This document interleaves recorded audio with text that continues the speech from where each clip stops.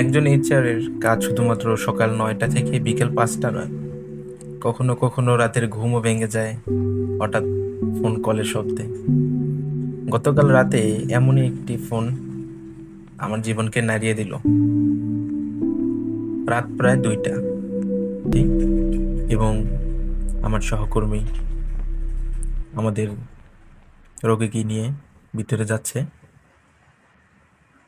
রাত প্রায় 3টা, কিন্তু কত ভিড়, কত মানুষ, কত রোগে আক্রান্ত, এগুলো দেখলে আসলে ভিতরে অনেক কষ্ট হয়। যাই হোক, চিকিৎসা শেষে আমরা তাকে নিরাপদে বাড়ি পৌঁছে দিলাম। রাতে সেই মুহূর্ত আমাকে আবারও মনে করিয়ে দিল,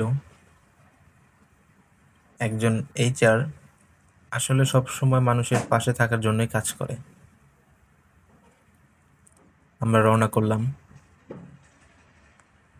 তখন প্রায় 3টা 30, আমরা যখন চিকিৎসা শেষ করে বের হই এবং তাকে আমরা তার বাড়িতে পৌঁছে দিই প্রায় 4টা 20 মিনিটে।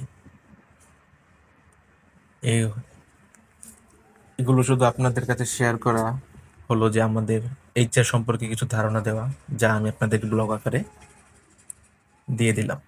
ধন্যবাদ।